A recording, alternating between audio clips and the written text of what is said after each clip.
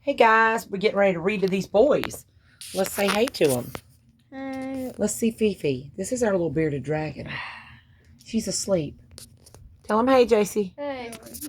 All right, guys, we're going to read in our little book. Can I sit by you, Logan? And Please? Thank you. let's see where we're at on this. All right. This is called Solomon the Wise. David's son Solomon ruled the kingdom of Israel and lived in the great city of Jerusalem. One night, Solomon dreamed that God came to him and asked, "What would you like me to give you?" Solomon answered, "I'm very young to be a ruler, and know I have much to learn. I would like you to make me wise so that I can rule your people justly and well." God was pleased with Solomon's request. "You could have asked to be very rich and famous, and for the death of all your enemies," said God. "As you have asked only for wisdom, I will make you the wisest man in the whole world. I will also make you rich and famous, and you will live until you are very old."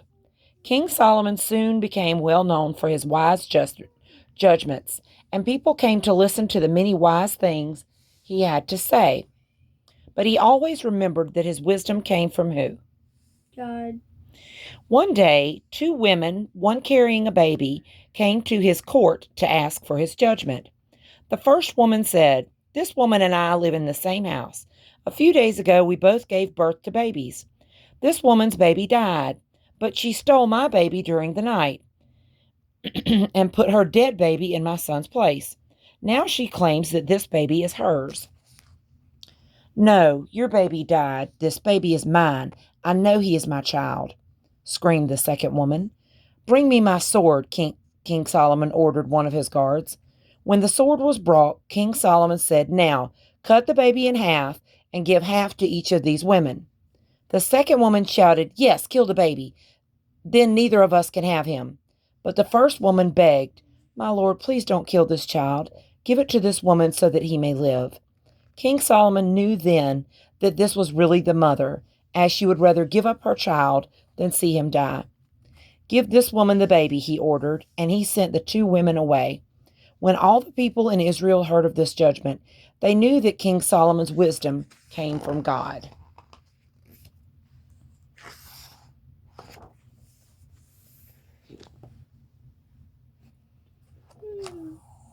You want to do one more, or are you ready to go night-night? That was all? That was it. Let's do one more. That was pretty short. Excuse me. This one's called Solomon and His Temple. Solomon had been king of Israel for 4 years when he began his plans to build a house of God, a temple, in the city of Jerusalem. He sent hundreds of men to the hills to dig out stone from the quarries and to cut it exactly the right size and shape for the foundations. Solomon wanted cedar wood to line the walls of the temple. The best cedar trees grew to the north, where the land was ruled by King Hiram of Tyre. King Solomon made a treaty with King Hiram. Hiram agreed to have the trees felled and floated in rafts down the coast to the temple. In return, Solomon agreed to send huge amounts of wheat and oil to Hiram every year. Thousands of men worked on the temple. There were 2 rooms. The inside room was square with no windows. 2 huge beasts, carved of olive wood and covered with gold, stretched out their wings over it. This was the most holy part of the temple. Only the high priest went into it on one day of the year. This was at the time of the special feast known as the Day of Atonement. In the outer room was an altar and 10 lampstands.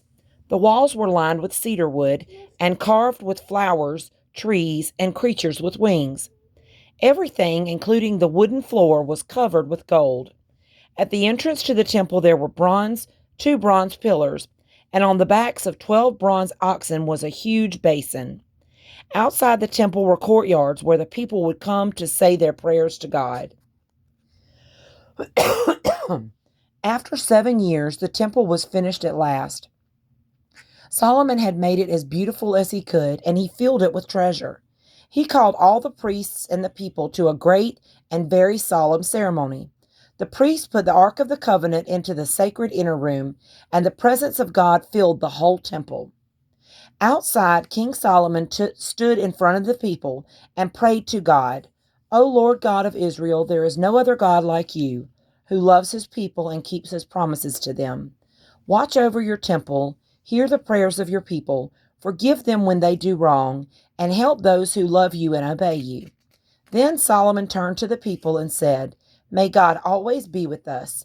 May we always be true to him and obey his commands. When the ceremony was over, King Solomon gave a great feast for the people, which lasted for 7 days.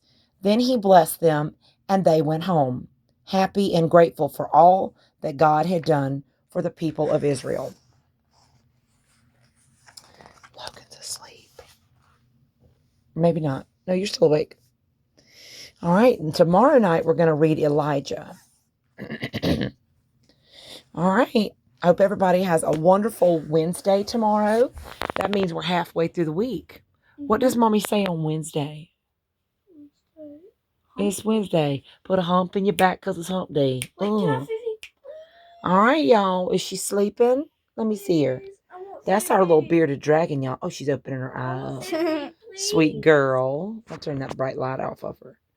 Let them see her whole body, baby. Don't drop her. Come here, baby girl. Can you hold her? Yeah. I'm really sleepy. Look at how sweet she is, y'all. She's a sweet girl. She's sleeping. Mama, can I have her? Yeah, so sweet. Mama. All right, y'all. Well, she's ready to go night-night.